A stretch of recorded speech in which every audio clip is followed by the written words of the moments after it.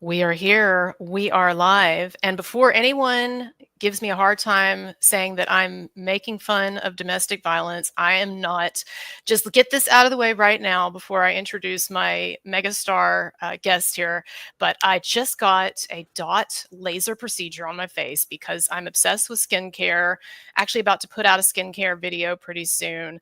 But I had the opportunity to get this free procedure because my basically sort of father-in-law is a doctor who does this stuff for a living, right? And so he had an opening in his schedule. I got this procedure. And then I realized after I booked Tug, my next guest, that I was probably going to look like a monster for a week. So no, this is not some kind of domestic violence joke. Amber Heard defenders and crazy feminists, but I really just did do this to my face. So I'm probably going to go through, to be less distracting and more weird, I'm probably going to go through the rest of our interview like this, right? But without further ado, Tug, that umbrella guy, is here. And I can't believe you're doing my show. I can't believe it. No, it's been a hot minute. How you doing? Welcome. I'm doing great. And I have been regularly checking. This might sound weird. Hold on, let me adjust my freakish looking sunglasses. Y'all are going to have people coming into the chat. Just want to let my viewers know throughout who are going to be like, why is she being such a weirdo with the sunglasses? You'll have to explain it to them. But I have been checking that umbrella guy's Twitter page regularly, like every day, waiting to see what you're going to say about the Blake Lively, Justin Baldoni Fiasco crazy saga. And you've posted a couple of things that I really liked. We can talk about it in a minute. Looking at correlations between the Darvo accusations that were used against Johnny Depp by Team Heard, and then the similar accusations now being thrown at Baldoni and his team. But you really have not talked about this yet. I know you've been covering the Hale situation a lot, and I'd love for you to tell our audience about that later on in the stream.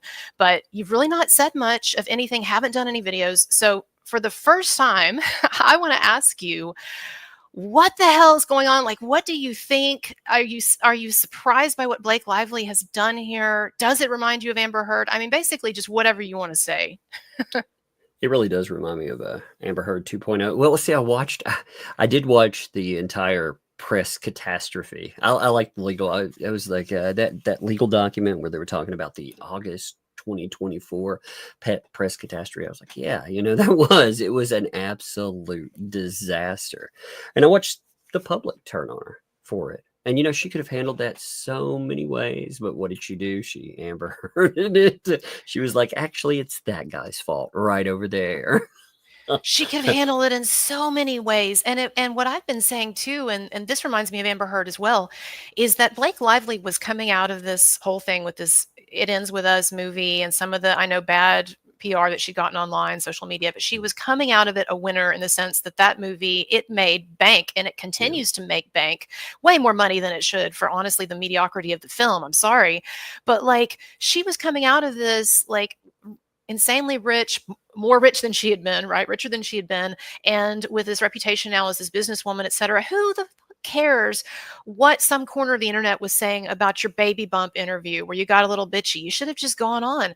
So to me, tell me what you think. It reminded me of Amber Heard too, in the sense that it was a completely unforced error. Like, Amber Heard could have walked away from that divorce with several $1 million and a good reputation and all of that. Like, what are these women thinking? Well, it's an easy out. First of all, they're still living in 2018, where there is no blowback. At one time you could just be like, it's that guy right over there, and bam, everybody. Well, and they did. To be fair, I have seen people say, Me Too is dead. No, it's not dead for sure. Like, look at what Baldoni had pointed at him and the way people responded until he answered, until he dumped all of this information out there. It actually worked. But it did. No, it did.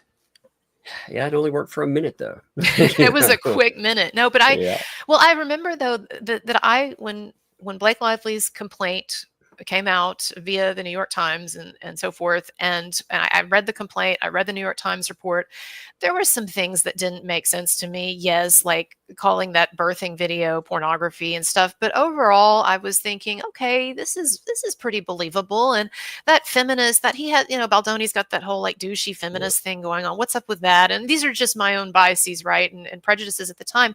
But I pretty much bought it. And I actually remember even looking after the first first round of this, when Blake Lively had filed her complaint and the New York Times had published it, whatever, I remember looking at a picture of Baldoni and his wife going to some meeting with their lawyers. They were papped, photographed, going to this meeting, and thinking, I wonder how it feels to be like one of the most despised people on the planet right now currently. Not that he was accused of anything horrible, but just the number of people that were dissing on him at that point, dissing him, and even Gwyneth Paltrow trying to promote Blake Brown hair products at that point and everything. And so, to your point, it really did shift quickly, but there was a time for a couple of days or whatever where it was working, right? Just not very long. Oh yeah, it was ugly too. I mean, people don't understand what it's like to be under that microscope either. I mean, most of it, even myself, I've never been there, thank God, But I mean, even if you get a little bit of online hate, you feel it. You feel that microscope. And this guy had people picking through not just every sort of detail of your life, making up things, but looking through every movement that you do. People are looking for him to be the bad guy. And then, I mean, he handled it. He got lucky, just like Depp. He got lucky in the fact that, well, we have Lively across there. If he would have had somebody that was more skilled at this, he would still be the bad guy. I like the way you put that, more skilled at this. Well, so bringing that up as well, do you feel like the way that Lively Reynolds' team has handled this, is it pretty unbelievable to you, the big blunders they've made? Oh man, just when you're talking about the star power they have, when you're talking star power, am I by myself? No, you're here. Sorry about that. Okay. I was like, wait a minute. I'm just giving you the floor. I know that's awkward. But when you're talking about the star power, yeah. Yeah. When you're talking about star power, you're also talking about it comes with PR power and everything else. You have a virtual army behind you. And you can pretty much do anything, sell any type of point. And they went with one of the weakest that they could, and it fell apart. It fell apart really, really badly. And they came across, they look like pompous assholes. They do. No, they totally do. And I was saying on my channel, in the wake of this, like right after Baldoni filed that first lawsuit, and I think that's when I DM'd you, because when I saw, for me, that was really an epiphany when I read Baldoni's first lawsuit, the one that he filed directed to the Times, the New York Times. It was, for me, like reading in, 2018, Johnny Depp's lawsuit against Amber Heard. Isn't that when he filed it, around 2018? And I remember that when I read that, it was like late at night. I was in a hotel room staying with my family for something, and I was like buried under the covers in the middle of the night, like 4 a.m., just poring over Johnny Depp's lawsuit and just thinking, oh my God, we had it totally wrong. And I really kind of felt that way when I read Baldoni's, because it really shows you that there was an entirely different reality occurring there. And yes, so knowing that he has all this evidence, and some of which Baldoni's put out there, knowing all the evidence that he has, and really how empty Blake Lively's case is, I can't believe her team made this blunder, or allowed her to make this blunder, or that somebody allowed this to go through. Like, I don't know, lawyers or whomever, because it has so blown up in their faces. I wonder, though, if she's just like an Amber Heard, in the fact that Amber Heard was told, we found this out in trial, she was told over and over again, don't go this way, don't do this, don't say that, and she did it anyway. And when I look at Blake Lively, she's got to have some skilled people around here that are like, hey, don't say this, don't post that, and yet here we are. You would think so. I'll tell you, though, something that I've been prepping the last several days is a video on the PR war, and actually looking at allegations made against publicists on both sides of this thing. And it's interesting to me, some of these personalities, and particularly one that comes up a lot is Steph Jones. Now, Steph Jones is not Blake Lively's PR person. Leslie Sloan is, but she apparently has a similar personality, that they can get, it seems like, so full of themselves after a while, or so drunk on their own Kool-Aid, so to speak, that they almost seem to lose sight of reality to an extent. And I just feel like, I wonder if whoever's in charge over there at Lively Reynolds, whether it's lawyers or publicists, Leslie Sloan, or maybe just the stars themselves, somebody got way too drunk on their own Kool-Aid, so to speak, to think that to have estimated the situation so poorly as they did, to have gotten themselves into this kind of a screw up. And I'll just say this too: Blake Lively was already hated. Like, you and I both know all the stuff that was out there on the internet about her that she was trying to scapegoat Baldoni for. Well, she knew she was already hated. So why are you going to go then and make up all these false allegations and try to get people to hate you more? Like, it's just stupid. Well, she also, Baldoni, he's an exceptional case in the fact that he had a lot of proof. He kept everything. He knew. When you look at this, it feels like he knew how this was going to go. He maybe not how far, but he knew that sooner or later he would be painted as a villain in this. So he kept things for quite a long time. And props to him too, because otherwise nobody would believe him. No, it's true. And it's like we talked about with the Johnny Depp case a long time ago, and you and some of the others said this. Imagine if we had not had those audio tapes that Amber Heard, being such an idiot, actually allowed or encouraged to be recorded. But imagine if we didn't have those. There'd be so many people who would still be on the other side of this and condemning Depp, so to speak. And so it really is alarming. And I know that you, like me, have an appreciation for how when you take something like sex and then you add fame and money and celebrity into the mix, then it can just create these perfect storms of lies, really. I wanted to ask you, do you feel like the Amber Heard comparison is an apt one? Does this, and I know you're still just getting into this and looking into it, but does this feel to you like a pretty solid repeat of all of that so far? It does in a little. I mean, there are similarities. Again, I think I saw a post the other day saying that this is essentially the Amber Heard situation on steroids. Now, I don't believe that because of the time frame. When you look at the Amber Heard situation, you have this play out over half a decade. You have somebody's life ruined there. Baldoni, yeah, it's nasty, and you're taking on one of the most powerful players out there in Ryan Reynolds, really, and all the, again, companies that back him. But I do think it has a lot of similarities. I think too that there is much less of a lag time now in terms of online interest and social media interest in these cases than there used to be. I feel like people like you were really, and someone mentioned Brian McPherson, Incredibly Average.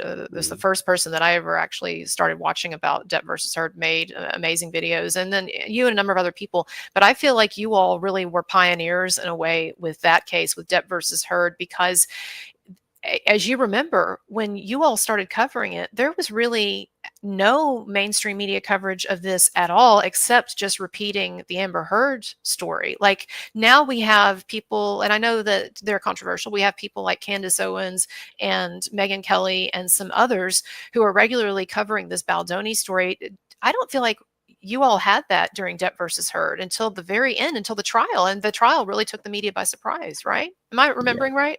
Yeah, we were actually fighting against mainstream media and every power that be. I mean, you did have a periodic sound off. Sometimes somebody would get involved, but no, nobody would stick with it. No one actually took that cause up. They were fighting though. Now you're on the back end of the Me Too era. Again, it's powerful, but you have blowback. Back then, you talked about it at all. You didn't just get blowback. You may be taking your career in your own hands. Yeah. Right. It was strange. It was strange to look at, and just to be like, hey, why don't you look at the evidence in the case? You're not saying, again, some monstrous thing. It may get spun that way. You're going after victims or whatever other buzzword. Really, you're just saying, hey, let's look at the evidence here. And the evidence here, it seems to suggest this. Like in this case, again, that's what I liked about Baldoni. She dropped a lot of, oh man, listen to my emotions. I'm so upset. And he was like, no, listen to my evidence. Do you have a lot of respect for Brian Friedman, the attorney? I had never heard of him before, so I don't know if had you any experience with or knowledge of him, his background? Not really. Nothing I know of. I'm like I said, I'm starting to peel back. Like, I've looked at all of this surface level. I've watched it play out. I've kept up with certain things, but I haven't like flipped over any rocks, you know, Well, and all the attorneys and everything else. I had never heard of Friedman either. It's interesting too with these cases. Each new case, I learn about another high-powered lawyer that I had never heard of before. But it certainly seems to me that we are in somewhat unprecedented waters with this, and just the fact that things, media attention and social media, online attention, it's revving up so fast and so much faster than it did even with Depp versus Heard. I wanted to ask you, what has surprised you the most so far? And again, I know you're just now getting into it. And by the way, I know you've had some health challenges you've been dealing with or whatever. And I'm sorry I'm not more educated on that. But I know that a lot of people, when you said that you were coming on, or when I said you were coming on today, asked me to wish you well and good health, speedy recovery, whatever. So anyway, I wanted to pass that along. But what has surprised you the most about this situation so far? Like, what are the things to you that have been the most shocking, or like, I can't believe they did that about this case? I just think the turnaround on everything is amazing. Like I said, you know, you have the initial catastrophe that pops up. It stays there. And actually that was probably the most lengthy portion of it. Then, you know, she points the finger at him, and for a few, I mean, maybe a week at most. Less I don't think even, maybe. Yeah. Yeah, it was fast. But I mean, the turnaround, you know, usually you may have information popping up every single day, but the turnaround and the social turnaround too, you know, with a lot of these cases, trying to inform the public is like trying to turn, I don't know, the Titanic. You know, I don't know. Maybe you'll hit that iceberg, maybe you won't. In this, it's more like turning a speedboat. The thing just keeps whipping around. No, it's true. It's true. I feel like that every day. You know, you wake up and there's a new media cycle, and there's some new evidence or argument or something that's being put out there, and so you're really, in a lot of ways, kind of jerking back and forth with different news coverage, at least. But I feel like with this, I feel like there was already with this an audience primed and ready to go, with people who supported Johnny Depp and were very angry at Amber Heard. And I've noticed, as I told you, in just a purely algorithmic sense, that there are a lot of viewers that I had not had looking at my stuff since the Depp versus Heard videos. And so I think that, unfortunately, again, this is all really unfortunate for Blake Lively, Team Lively Reynolds, because there are actually a lot of people who are already viewers out here who are already hip to this BS scam. And they're just really ready to go and get back into this and put another one down, frankly. I mean, seriously. And so I don't know. This is bad for Blake Lively. I don't know what her team was thinking getting into this. And it certainly does feel a lot like Amber Heard 2.0 to me as well. Anything else that's come up for you that I remember the headlines, you know, when they came up talking about the perfect victim. She's not the perfect victim. And I was like, man, that's kind of interesting. Then we have Bredehoft popping in. I was like, wait a minute, this, you know, if you really don't want that, if you don't want the Amber Heard 2.0 comparisons, that parallel, maybe don't invite them. You know, I mean, they've interfered twice too, because as soon as Blake Lively's report came out that kicked this whole thing off, Christmas Day or whatever, then you had Amber Heard jumping hard on that bandwagon, the Heard Beast, Turd Beast, jumping on that bandwagon. And you just have to know that somewhere out there, Blake Lively, when Amber Heard did that, was just like, oh, come on, please don't speak. So that, and then Elaine, let me get through these two super chats, and then I want to look at the Elaine video, actually, and because it's been, I would say, a pleasure watching people rediscover how incompetent Elaine Bredehoft is. Oh my God. But Pandora Fox, thank you for that super chat, says, my favorite moment so far, I guess, Blake Lively doesn't want Brian Friedman to depose her. As EBD said, the audacity of Elaine Bredehoft. Yeah, she's they're tipping their hands that they are really scared of Friedman. And as a number of people like Andrew Burkhart have said, you do not get to select the attorney that's going to depose you. Yep. I will tell you a little tidbit of something, though. I heard about a case, not something that I've covered much at all, but I heard about a case, a celebrity case, where this woman had made false accusations and she was suing this guy. And so she showed up for her deposition, And apparently it's very rare when, under these circumstances, for the person who's being accused to also show up for the accuser's deposition, because you'd just be showing up there to sit there and stare at this person while they lie about you, presumably for hours and hours and hours, right? You don't really have a function. But this person had decided that they were going to show up. And so they sat there for like 10 hours across from this lying dingbat who had accused them of some stuff falsely for a quick payout, stared this person down for hours and hours. Anyway, I just think it's interesting, the process. But okay, but Elaine, oh, sorry, Pandora Fox. Yes, exactly. Good comment. Oh, I think Tug went away, but hopefully he comes back. Vanessa V says, welcome, Tug. Thank you for being here. You'll recognize most of your chat is here, and I'm sure he does. And I'm just going to keep this comment up so when he comes back, then he can see it, Vanessa. Let me get the Elaine quote. I've got it all queued up here. Oh, here he's back. That's perfect timing. I just got Elaine here. So we're going to watch this. Everybody's been talking about it online, and then we'll respond. Just a second. Here we go. Yeah, that was my bad. No, you're fine. It's perfect. My screen timed out. I was like, "Oh, turn it back on." Oops. Perfect timing. You're good. Okay, here we go, y'all. Let's see what nonsense she has to say here. Turn it all the way up. Okay. Blake Lively has no motive to make allegations of sexual harassment public, just as Amber Heard never did against Johnny Depp. With her, what happened in this case in big picture is Blake Lively makes a private complaint of sexual harassment to Baldoni and the other individuals in the middle of the filming, saying, let's get it right and let's be professional for the rest of this filming. What Baldoni does is he goes out and hires the same PR firm that Depp hired to eviscerate Amber. And again, it was to attack and eviscerate Blake Lively.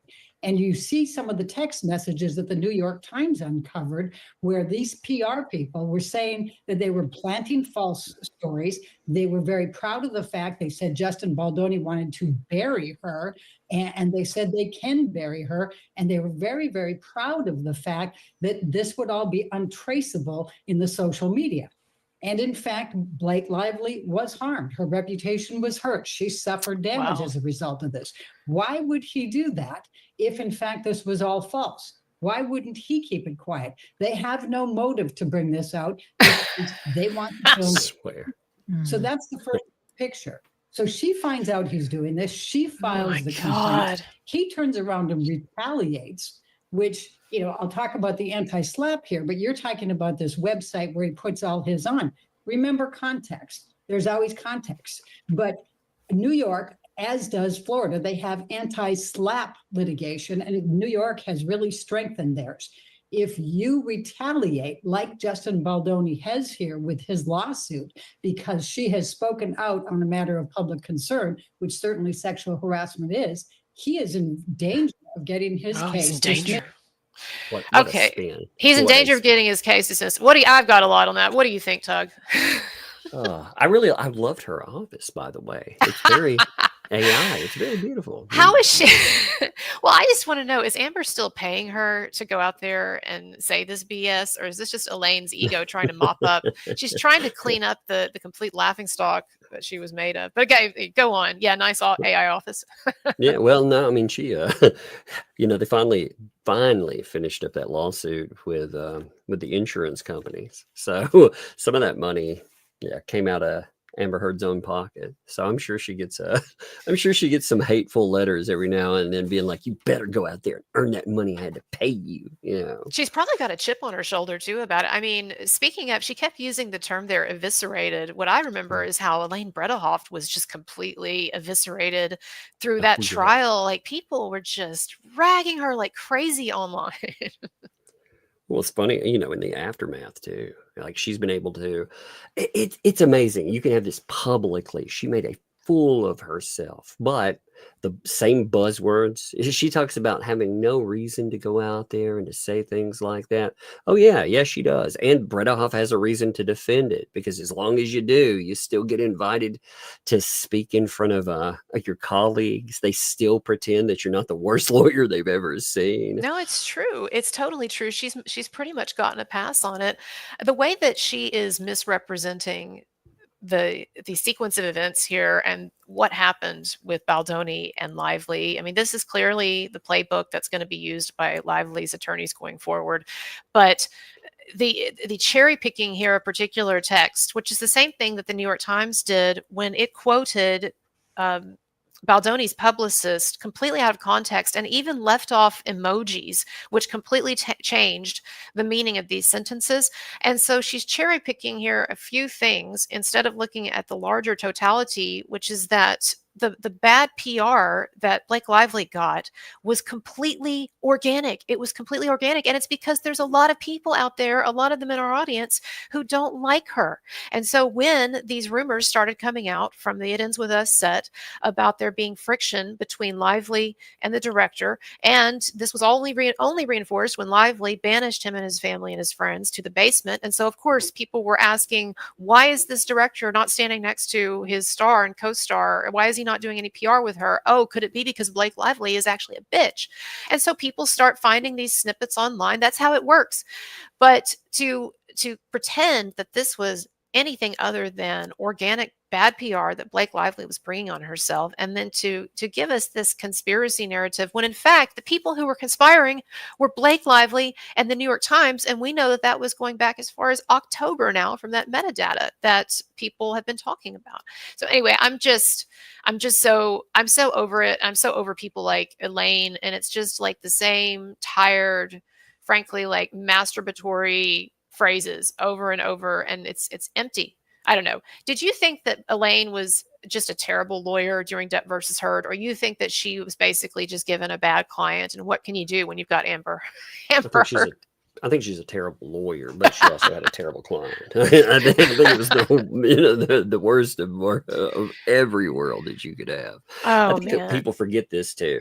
There is there's two trials that go on. Yeah, there's going to be a trial in the courtroom, but there is a trial right now. And the press, well, for a while, they found Baldoni guilty straight up. And many of them still do. There's a specific narrative that goes on once you accuse somebody of very specific things. If it has to do with any kind of sexual malfeasance, bam, you're automatically guilty. And right.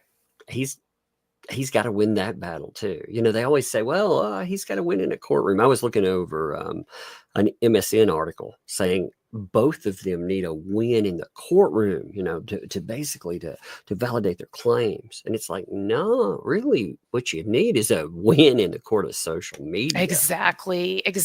And see, that's what you get and I get and some other people get. But a lot of people still don't get that yet. And that's the thing, is that the war is happening now. It's not actually even happening then in the future. I mean, and so I think that someone is going to end up settling, and I think it's going to be Blake and Ryan, and they'll try to get some concessions that'll make it look like they're not the one settling, but they're going to end up realizing sooner or later, I don't care how delusional, narcissistic they are, they're going to end up, I think, realizing that the only way this stops is like they have to stop it. They have to stop the bleeding.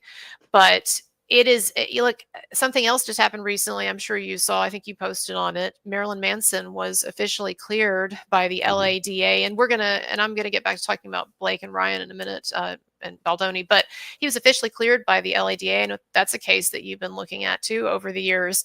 And he had sued his primary accuser, Evan Rachel Wood, and the person whom he accused of basically instigating and ringleading this whole charade, this whole sham, right?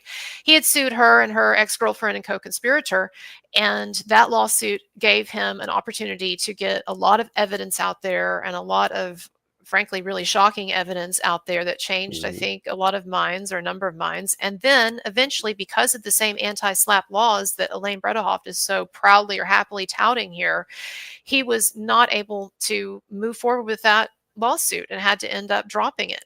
Reason being, not because he didn't have a compelling case in the eyes of the general public, but because the laws are so stacked against people who are trying to accuse others of defamation in these types of cases, these anti-SLAPP rules.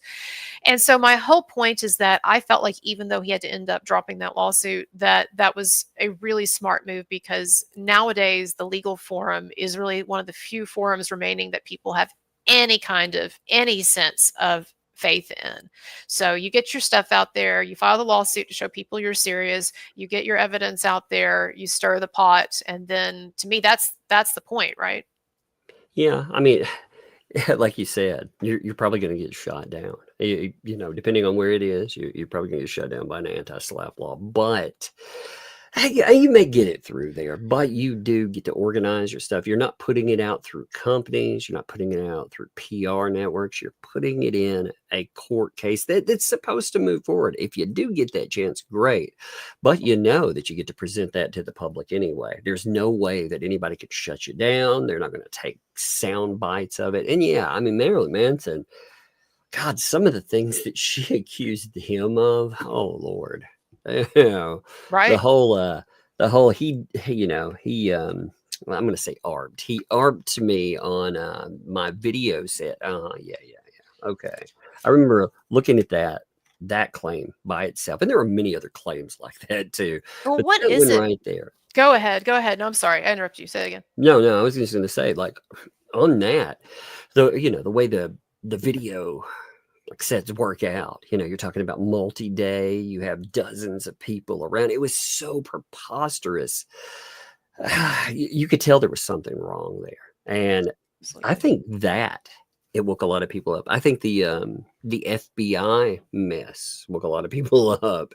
And just going forward, I think every piece and into what you were saying, you know, him being finally exonerated, I think that makes people question why too. Now, unfortunately, when you're accused, the stigma is still there, no matter what. Right. No, it's true.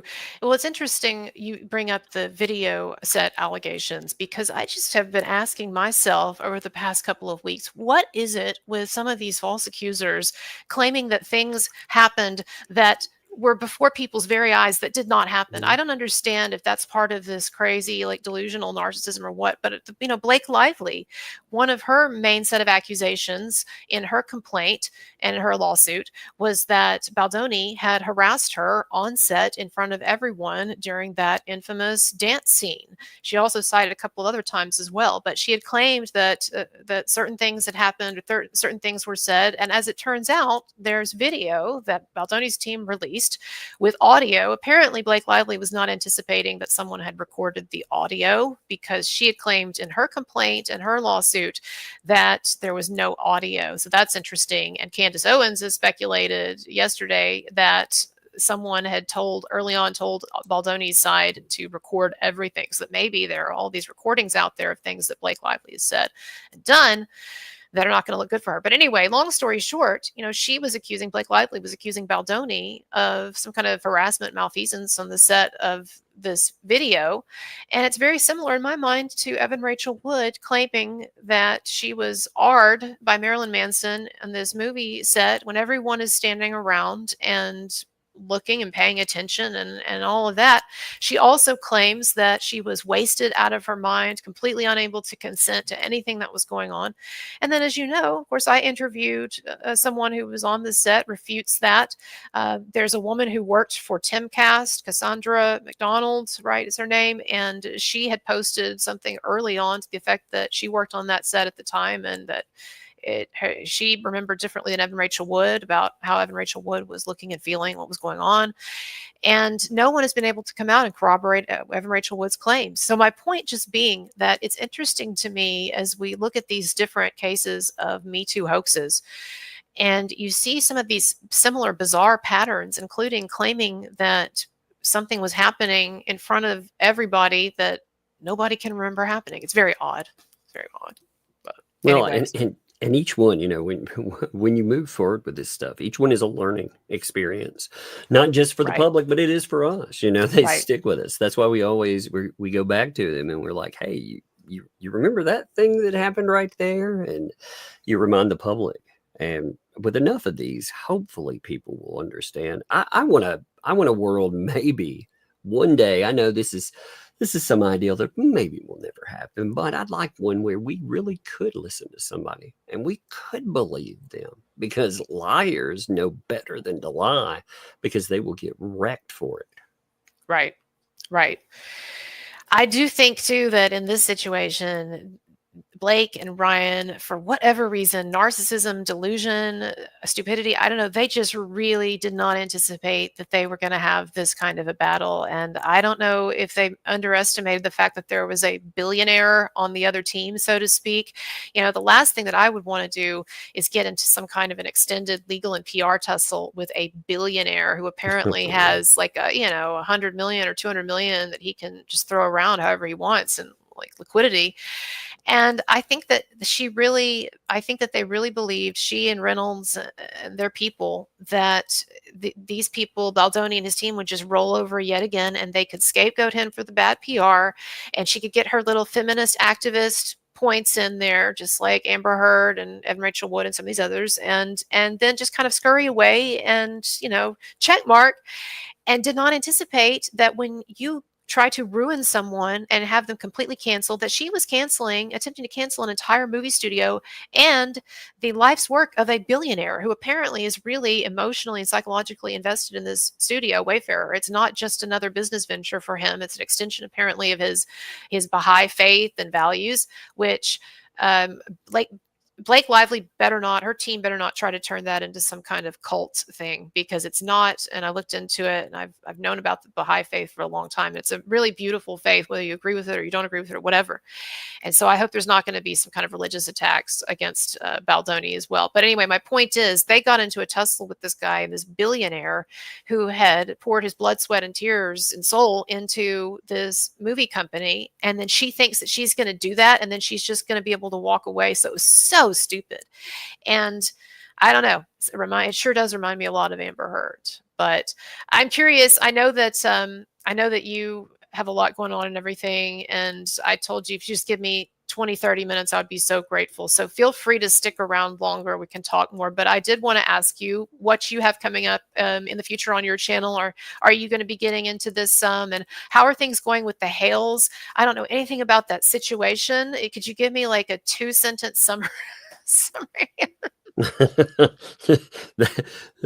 that situation is crazy. It's a lot crazier. Is it a YouTube? Let me put it this way: is it like basically a freedom of expression case? No, it's more like you attract psychotic people, and you know they stalk you. You try to get protective orders. They continue to stalk you, and you try to sue. They bring in some of the worst people around. They try vexatious litigation. They threaten to sue all of us that talk about it. That's all of you guys and gals who are covering this. You know, DUI guy, Larry, the DUI guy. Yeah, he was sued. He was sued as part of this. So sued for what? They're accusing him of some kind of defamation. So yeah, they launched 2 vexatious litigations, and one of them was about thumbnails. They were like, if you use this lady or anyone else, you use her name in a title or her picture in a thumbnail, even though we're talking about something that is public interest, and we are talking about a limited purpose public figure here, they're going to sue you. So they quoted a statute, I think it's 540.08 in Florida. They misread it. It's a garbage lawsuit, and now it's all falling apart on them. But still, yeah, they sued him. They've gone after people. I mean, it's crazy. Well, like I'll have to start watching. It is the most interesting case I've ever seen. I wouldn't wish this on anyone, but as far as entertainment value, it is insane. Well, I see you covering it a lot, you and Megan. Now, the foundational case, or the thing that got the catalyst or got this whole thing started, was originally what? Like something the Hales were involved in? Yeah, it started out with a protective order, essentially. Okay. I mean, you just start out with you started with protective order, then you have another one come back. The thing that really got us involved, though, or at least got our attention there, was she responds with a protective order. She tries to get one herself, and the judge in it is so bad, stomping over every right that Jeremy Hales has. And we were talking about that, and you know what? An appeals court came in and agreed. They actually came in, Really? and yeah, they forced the judge off the case. Like, that does not happen very often. So it was pretty crazy. Yeah, and now there's a federal lawsuit that's going on like that. They're dead in the middle of it. You have two vexatious litigation. Like I said, there's 3 cases that have spun off of that. Plus, they keep threatening to sue all of us. And you know, I actually expect to get sued as part of this. Is that who? It's funny you say that, because I say that same thing to people sometimes in regard to other things. But is that okay? So is that connected to the guy who was threatening you, that you posted it, and he's claiming he was a journalist? Is that a similar situation? Oh yeah. So as part of you are constantly getting threats. Well, this No, guy's crazy though. This guy's he seemed like it. He's convicted fraud and extortionist. He spent 4 years in the Fed for it.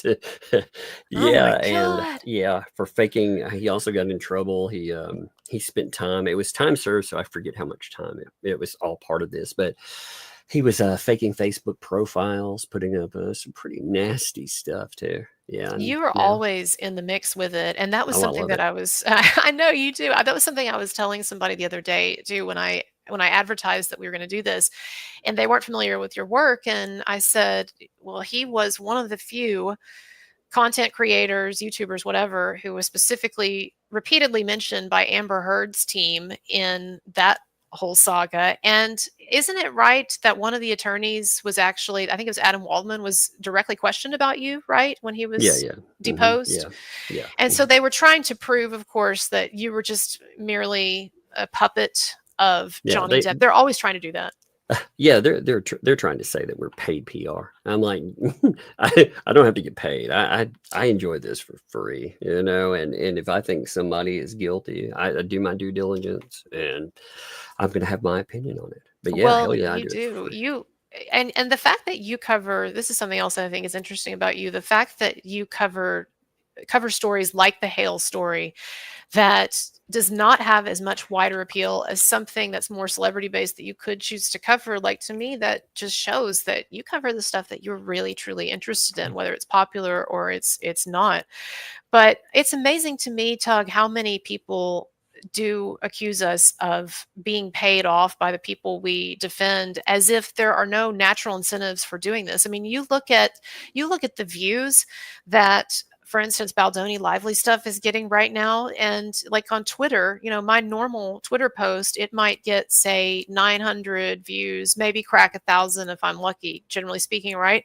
But if I post something just halfway semi-clever about Baldoni Lively, I could be getting, 102,000 views or whatever.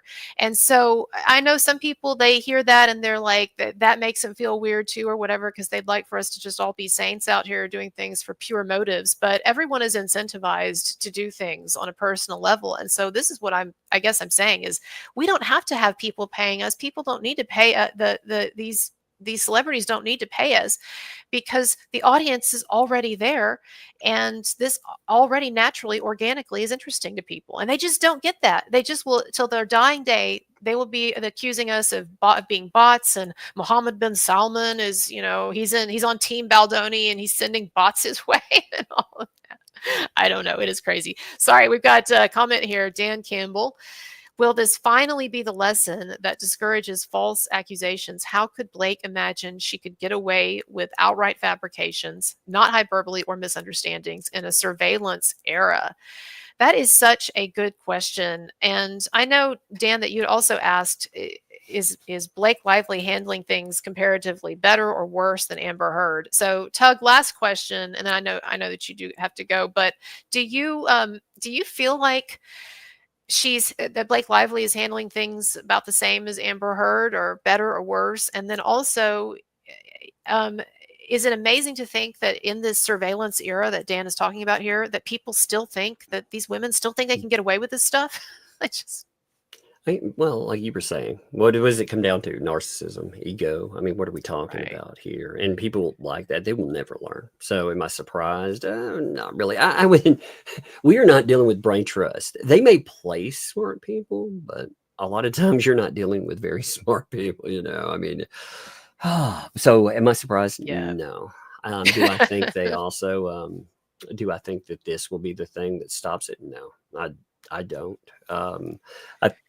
I think until somebody actually goes to prison for something, they really eat some real time. And it has to be somebody that's really prominent, or a law changes that says you could go to prison for lying, and they actually enforce it. Then I don't think it'll stop. I do think that the Me Too movement, though, has suffered a lot. It is not 2018 anymore. Yeah. It absolutely is not 2018. Well, thank you so much for joining us. And like, as always, I'm just so happy that you're getting into this. And people, seriously, I was not joking the other day when I said that I DM'd him, begging Tug to get into this. And it's just because he did such great coverage during Depp versus Heard. And I really think this is so up your alley. So we all look forward to your future videos on this. Well, I appreciate it. Yeah, I do think it's up my alley for sure. Absolutely. Oh, and Vanessa, my mod, says, Tug, please say hello to your lovely girls, as always. And yeah. All right. Well, thank you so much. Thank you. Appreciate it. All right. Bye. I didn't kick him off, y'all. It's just he had told me beforehand that he's got a lot that he's working into this, and I didn't want him to. I had told him even just 20 minutes would be amazing if we could have you for 20 minutes. So I didn't want him to feel like he had to stick around longer. And I'm only going to talk for probably another 10, 15 minutes. But let me say a few things, and then I will get to any other super chats that are remaining. So I'm gonna do. And by the way, if you're just now coming on, you're like, why do you look like some kind of Hollywood freak or something?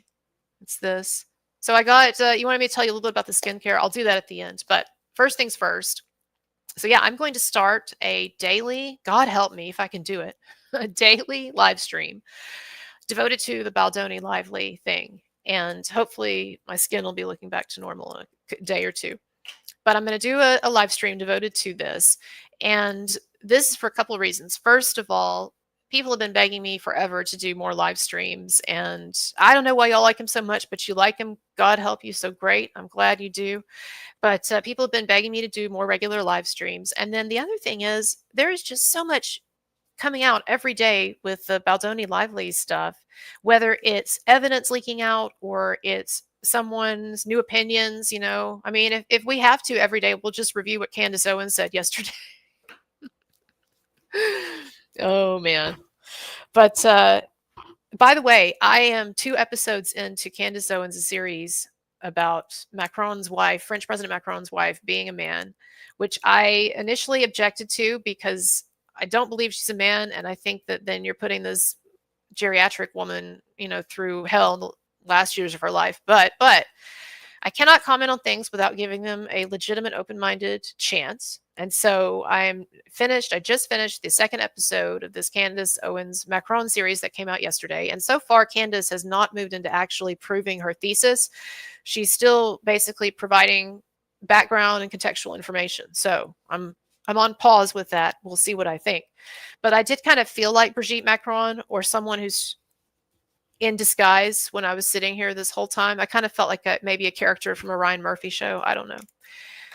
But anyway, yes, so I'm going to do a daily live stream just like this. We're going to keep it at this time for now, although I don't know, because when does Candace Owens start hers? I don't like going up head-to-head against Candace Owens in the future, just because I know I'll always lose that matchup.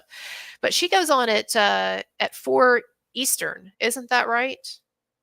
Someone answer me. Look it up if you don't mind. Answer me in the chat. Candace at 4 Eastern. So if she goes on at 4 Eastern, then I'll just continue to have mine at 3 Eastern, like we did right now. And so Trish Norman says yes. Okay, cool. So I know that sometimes she does bump her episodes up, or she does start them early, but by and large, I don't want to be up against her. So yeah, so that's what we'll do then. As long as I can keep it up every day, I'll try to, and on weekends as well, try to stick with it. We'll do 3 o'clock Eastern, and they're going to be short generally, which means 30 to 60 minutes. And so that'll incentivize me to actually do it, because if I have to commit to 2 hours, then I know I'm just not going to end up doing it. So I'm trying to do this in such a way so that it doesn't feel like this huge thing I have to do every day, but I can actually give you some content. So here's the plan. I'm going to try to get guests regularly, and open invitation to Ari Jacob and to that Zach Peter guy, and to Tug anytime he wants to come on, and to Andrea. I'm still trying to get Andrea to do a video with me. I'm just really having to woo her so far with no progress. I have to be honest with you. I've made no progress getting Andrea Burkhart to come on my show and talk about Justin Baldoni and Blake Lively. But anyway, I'm still trying to woo her. But any of these people, anyone else who wants to jump in, or any content creators out there who have so far not done video and you've just been doing the Twitter X post, which is fine. But if any of you want to jump in, and basically I'd love to turn this into kind of an open forum, maybe even some days just have a bunch of people on very casually too. So we'll have guests and we'll review updates and the day's news on Baldoni Lively. And this is great for me too, because most of the time you all know stuff way before I do. And so as far as someone who's on the cutting edge of things, and I am generally not that. I'm generally like, you know, several hours later, someone messages me or something, or I'm scrolling Twitter and I see it, right? So it's good for me. It'll be good for me to have a regular show where people can bring up things in the chat, say, did you hear that this and this happened or whatever? So anyway, that's the plan and the idea. And we'll see how it goes. Now, if other stuff comes up, also we'll use that as an opportunity to talk about other things. So anytime there's news with other cases I'm following, or the Marilyn Manson stuff, or politics, or what have you. And so we'll see if we can keep this thing sort of straddling the line between being a Baldoni Lively update show and then just being more of a general live stream for my channel. So, okay.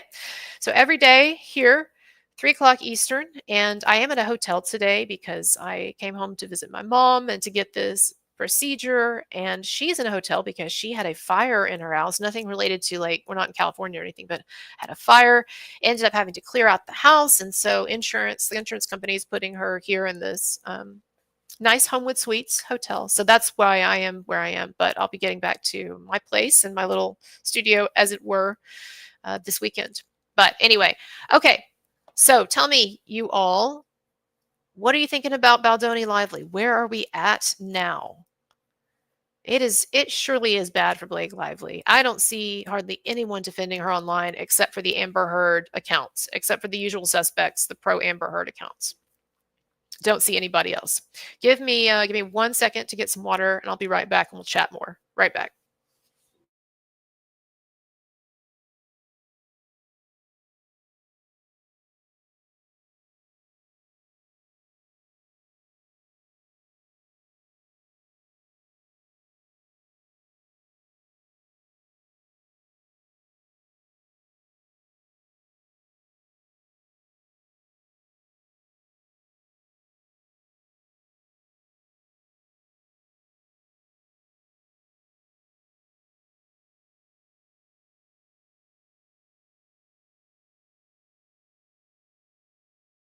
All right. So Dan Campbell says that is considerable pressure. Kay, are you sure you're up to it?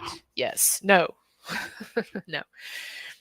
Nah, I mean, we'll see how it goes. But I do think that keeping it manageable, keeping expectations manageable will help. And so that's why I'm saying a lot of the days we might only do 30 minutes. And I'm going to try to be very low key about how I present myself to, you know, I think it's sometimes it's hard to do regular streams when you feel like you have to put on a full thing of makeup, you know, or you have to be like really on. And so there will be some days, maybe many days, where it's just me in some sweats, or me about to go to my real job or what have you, just chilling out. But I think people like that. So we'll see.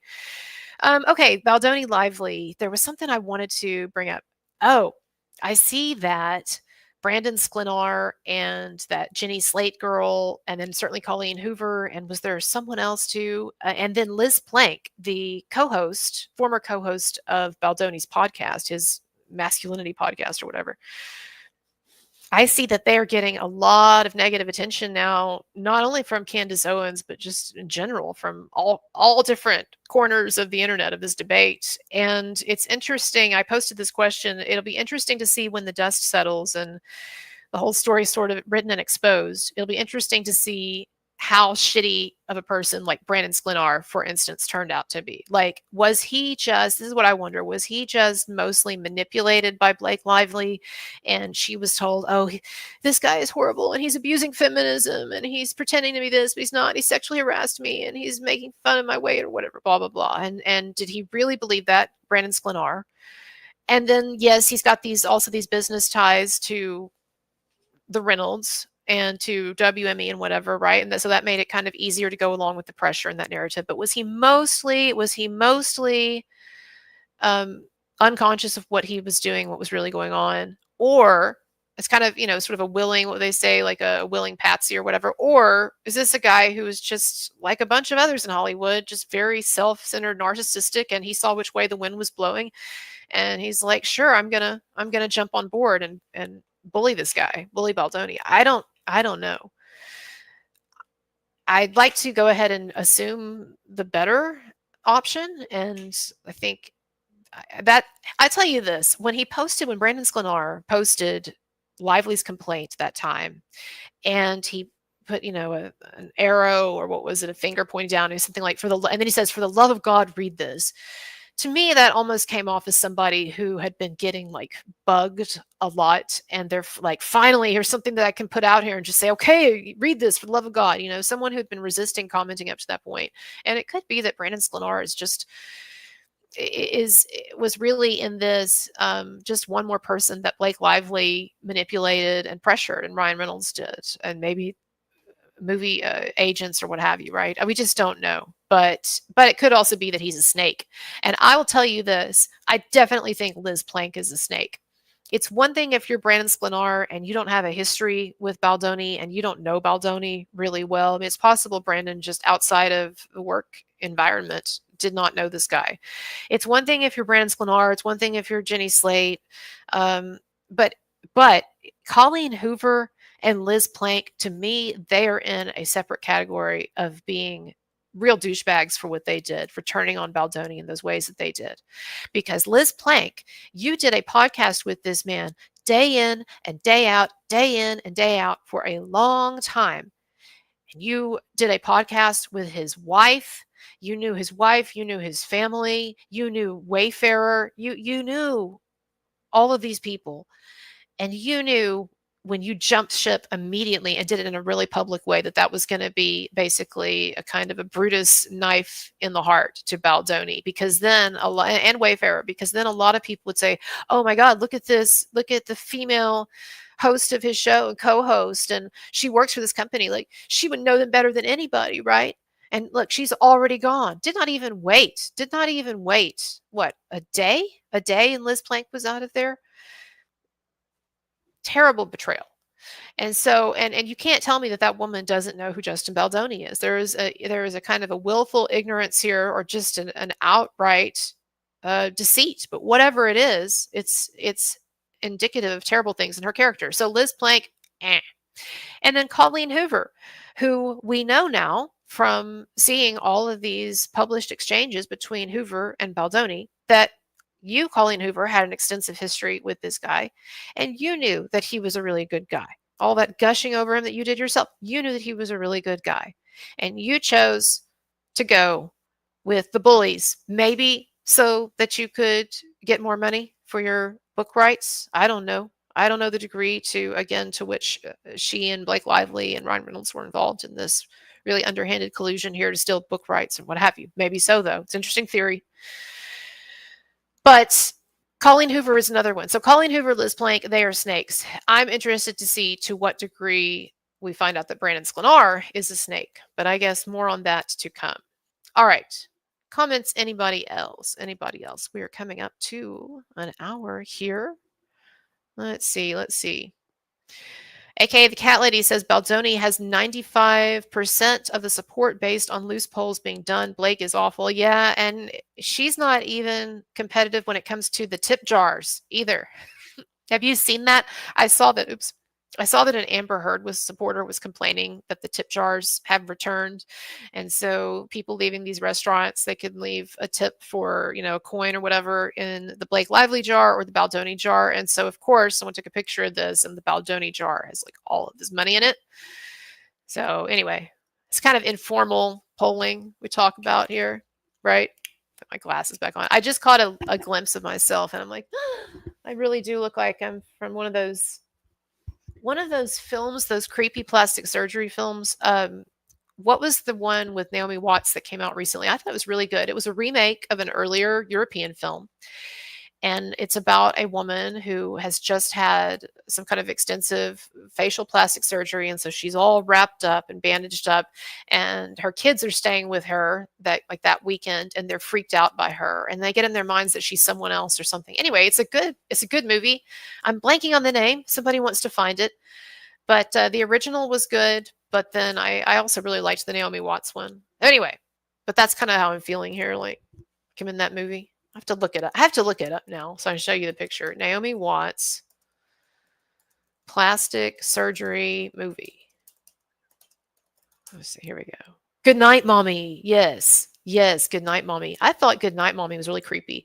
If you were in the mood for a creepy movie, and I liked the American version. This gets on my nerves. Let me tell you. I hate it when there is an American remake of a non-American, maybe non-English film especially, but there's an American remake, and it seems like people just automatically jump to Americans messed it up. It's not as good. And like in a number of cases, actually, no, motherfucker, is better. I think that the American remake of the Ring movie is far superior to the Japanese version. And I even wrote a book about this. If you look it up, I did a book on the Ring because I love it so much. Hold on a second. I'll find it for you. It's way overpriced and it's out of print. It's an academic book. It's not something that anybody would actually like buy someone for Christmas. But yeah, it was a series. It was a series, an edited collection of series that I edited, and then I wrote a chapter in it as well and put the whole thing together. Hold on a second. It's nothing special, but it does show you that I really like the Ring series a lot, the Ring movies. But I think the American version far superior to the Japanese version. And so I'll just say this then: this movie Good Night, Mommy that I'm talking about, the Naomi Watts plastic surgery. There we go. See that? The scary screen. See, she's looking in the TV. Anyways, but the Naomi Watts plastic surgery movie, I thought that it was good, and I thought in a way it was creepier than the European version, which was the European version was bloodier and stuff. But I liked the Naomi Watts movie. But this is what I was thinking. Hold on one second. I'll show you. See that image on the right? That's kind of how I'm feeling today a little bit. So anyway, but it's all self-inflicted, and I'm sure that I'll be very happy in the end with the results. Okay. Anything else though about Blake Lively and Justin Baldoni stuff? I cannot believe. Thank you so much, Dan. I will look it up and see if I'm missing anything here. By the way, yes, anyone who wants to donate on PayPal, you can leave a comment there, and I will read it. I don't read names unless you want me to. But Elaine, I just don't know why Elaine Bredehoft believes that she would be any kind of asset to Blake Lively.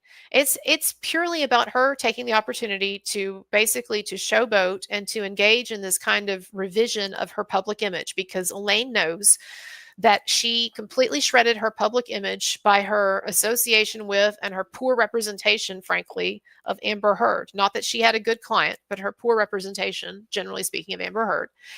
And so she knows that she made herself into a laughingstock. And so she decided that she's going to, like Amber Heard, try to jump onto this case to get some kind of residual credibility from it. Problem is, nobody's buying this one either. And so people don't like Blake Lively any more than they liked Amber Heard. So you're not getting any kind of credibility from that Elaine Bredehoft at all. All right. So what else? Blake Lively, Baldoni. I'm seeing articles coming out about the financial devastation that he has suffered, his family has suffered. He has been, it looks like, a wealthy guy. You can see that video of his home that's out there on the internet, gorgeous home. He's worked very hard to get where he's gotten, right? But newsflash, y'all, even when someone is wealthy, it still hurts to have one's income cut off and to be canceled. And Johnny Depp experienced this. Yes, Johnny Depp has made movies that have brought in like $1 billion or something in total. And I know he's made a lot of money.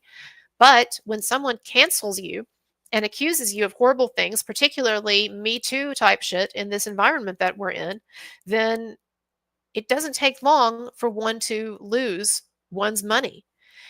And so, and it's the same with a lot of these people. You know, people ask, why did Marilyn Manson end up dropping his lawsuit? Well, he got all of his evidence out, or a lot of his evidence out there. He changed the minds that he was going to be able to change. And, but you can't go on and on and on. And it's millions of dollars to pursue these cases.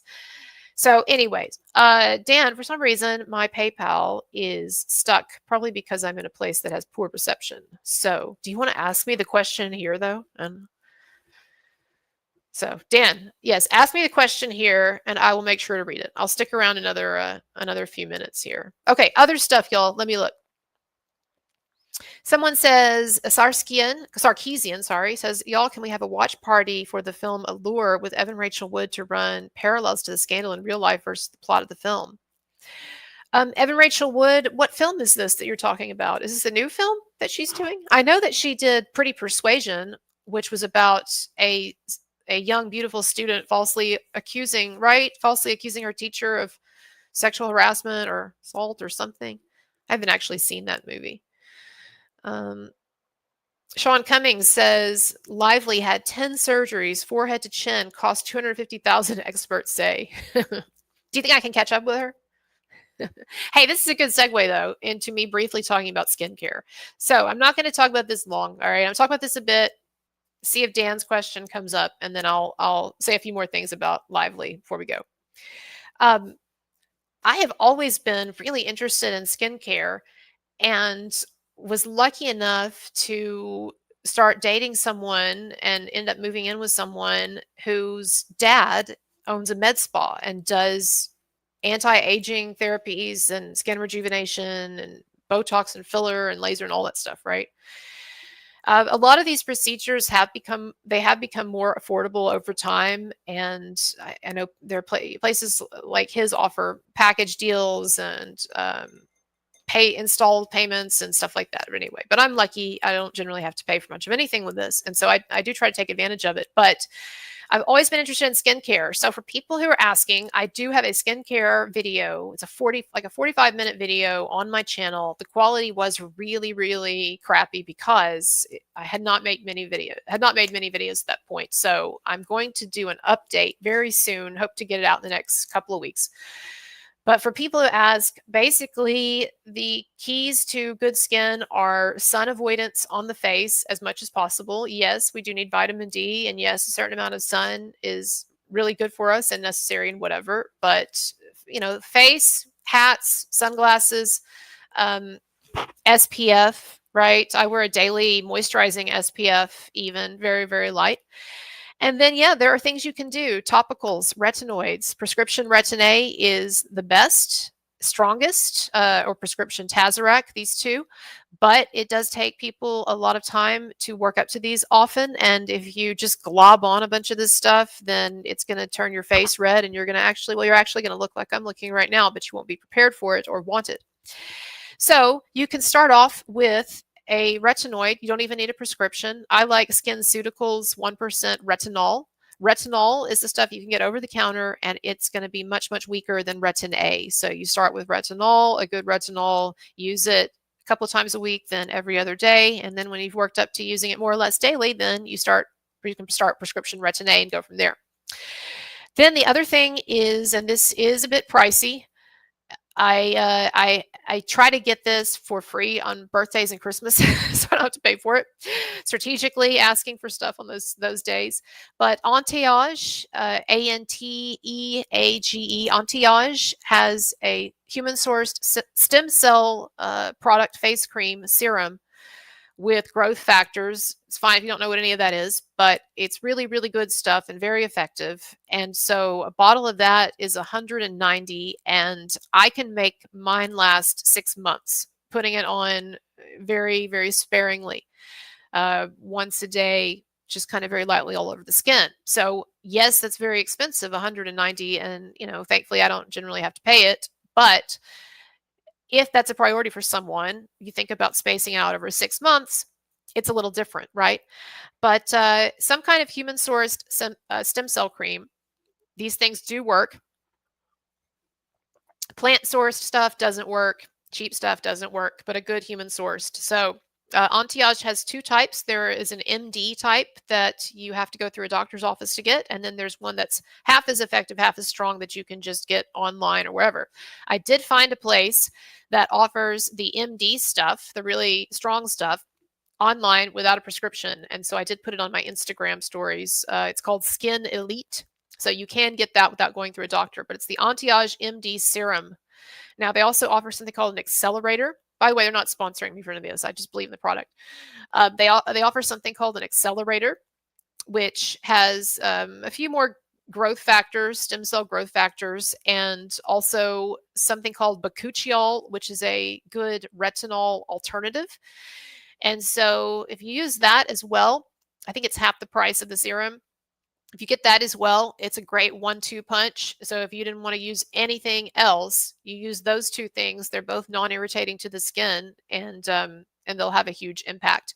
I'll tell you this, my adult acne that I had had for decades, I had tried everything to make it go away. I just had all these little bumps all over my face. Not generally big ones, but like little bumps everywhere. So annoying.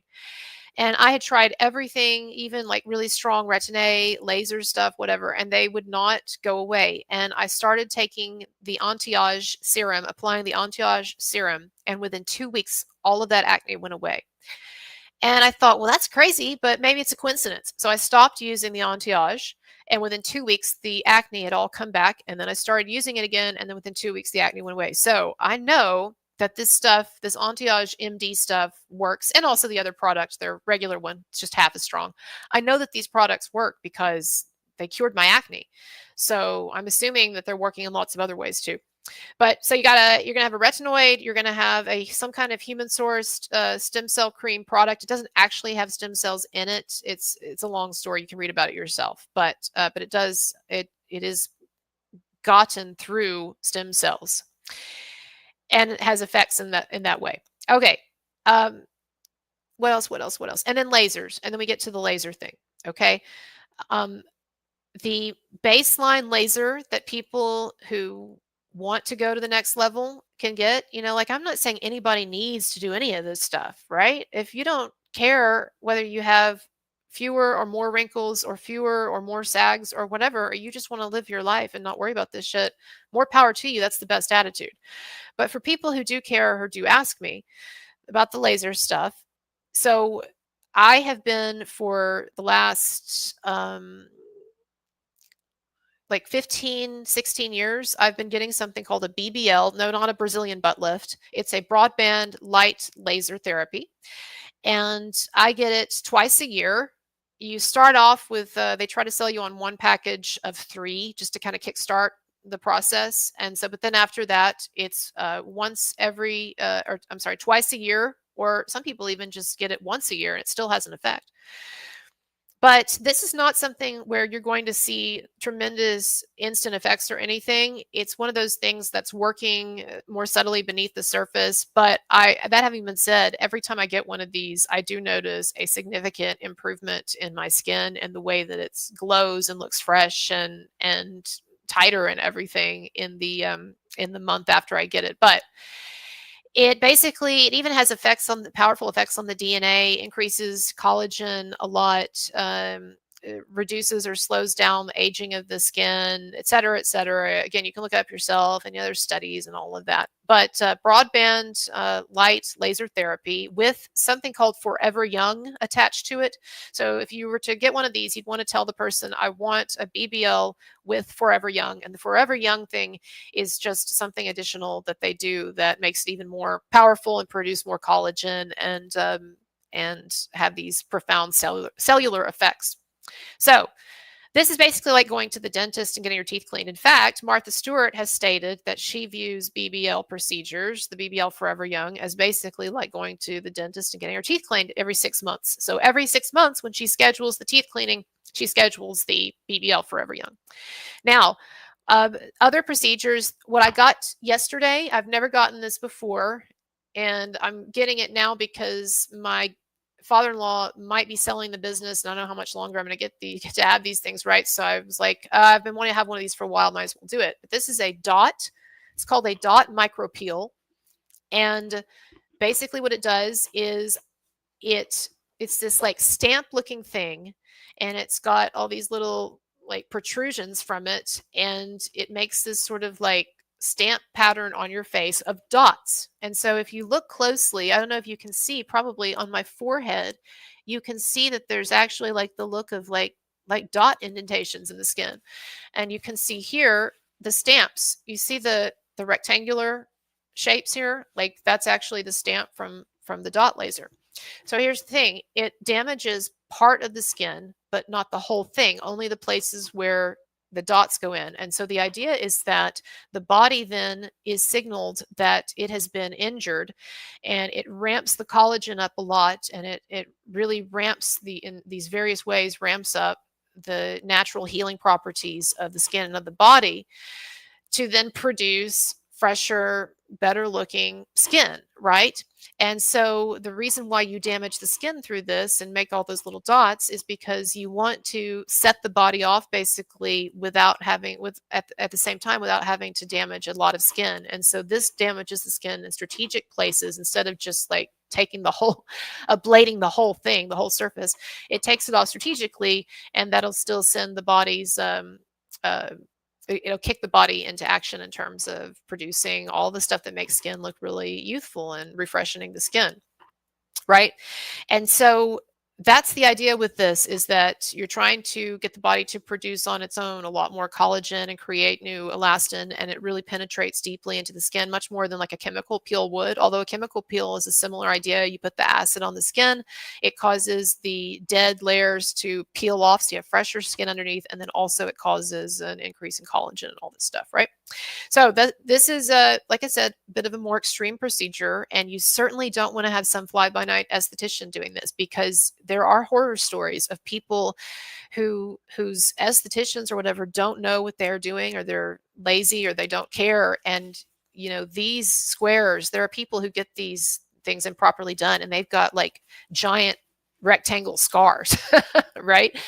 So you got to always be careful. And I wouldn't go to someone who's not an MD or a PA with a lot of history behind them and good reviews and stuff.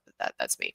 Anyways, and then the other thing that I would recommend if someone wants to do more, microneedle procedures are great. And so basically what they do in these microneedle procedures is they use a microneedle to create these indentations, little holes in the skin, and then they put anti-age stem cell cream or gel on the skin, and those little indentations make it more than easily absorbed, right? Because when you're putting these little holes in the skin, you're actually creating what they call microchannels for product to absorb.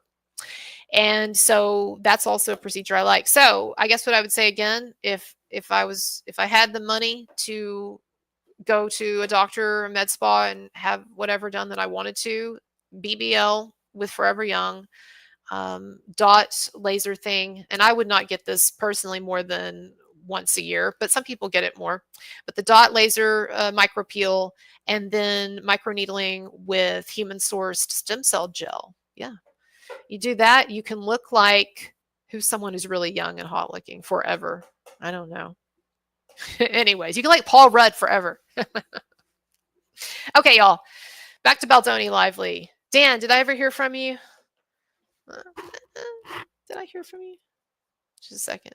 I'm on the edge of my seat now, Dan. I want to know what you asked. Oh, okay, this is what he says. Funny, this is the year of the snake. It fits. I like that. That works for me. The year of the snake.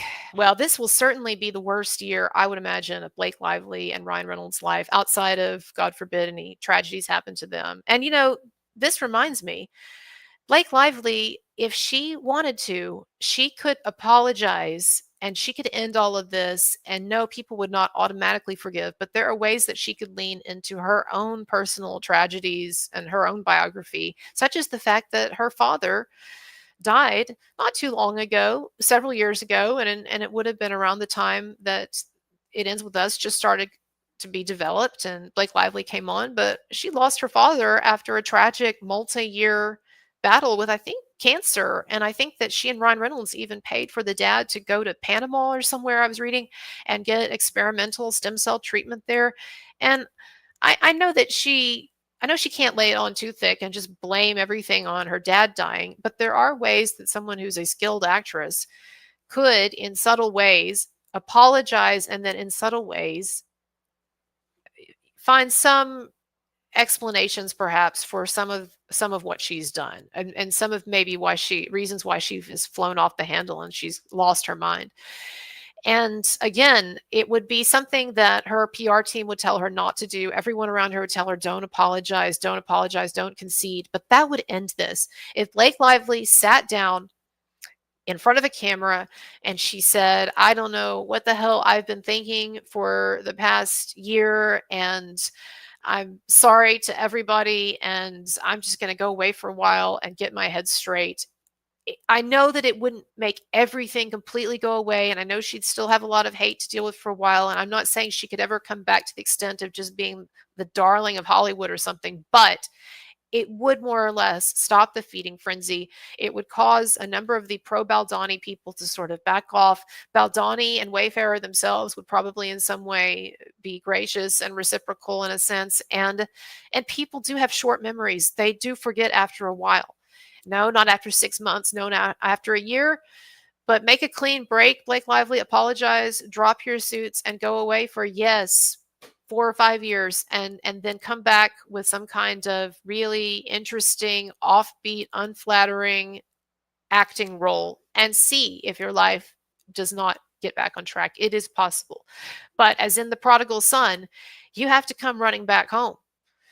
And it's true that in this story, when the father sees that awful, bratty, ungrateful, scheming prodigal son running back to him, it's true. He runs to him and he embraces him and he takes him back and he helps him, but only after the prodigal son himself initiated it. He had to come back home. And Blake Lively, I don't know if you're as shitty of a person as it seems like you are, or people say you are, but if you're not, and if there is underneath all of the snark and all of the protective walls that you put up and the aggression, if there is some kind of a good person under there, you can start showing that person more. And the way you do that initially is to drop all this shit and apologize. But of course, she's not going to do that. She's not going to. I see a super chat here. Dan Campbell says, Baldoni is enough of a sweetheart, maybe too nice, that he might even completely let it go. He is definitely, Baldoni, one of these people that is too nice for their own good. And that's why he keeps getting taken advantage of. And unfortunately, it is true that often good deeds do not go unpunished. And it seems like he was just trying to get through this film. He was going to let Blake have the credit she wanted and move on to the next thing and try to be proud of it. I mean, the way that he talks in those texts about this may not be exactly the baby that we thought it was going to be, but it's still our beautiful baby, talking about the film, right? It speaks volumes about who he is. Anyway, all right, y'all. I hope that you enjoyed Tug's appearance, and I'm going to get off in a second and go hang out with my mom. But tomorrow I'll be here, same bat time, same bat channel, and I will be in this hotel. I'm going to be here a few more days, then I'm going to head back. But yeah, we'll be talking more about Baldoni Lively, and I'm going to watch Candace Owens' video, part, was it 2 or 3 in her series on whether or not Bridget Macron is a man. And so maybe when I come back to you tomorrow, I will have something more concrete to report about my thoughts on that. But I'm still waiting for the theory to be presented. Right now, we're still just doing background, apparently. Candace is. So anyway, I'm going to give you all a wink. We'll see you later. Thank you. Bye-bye.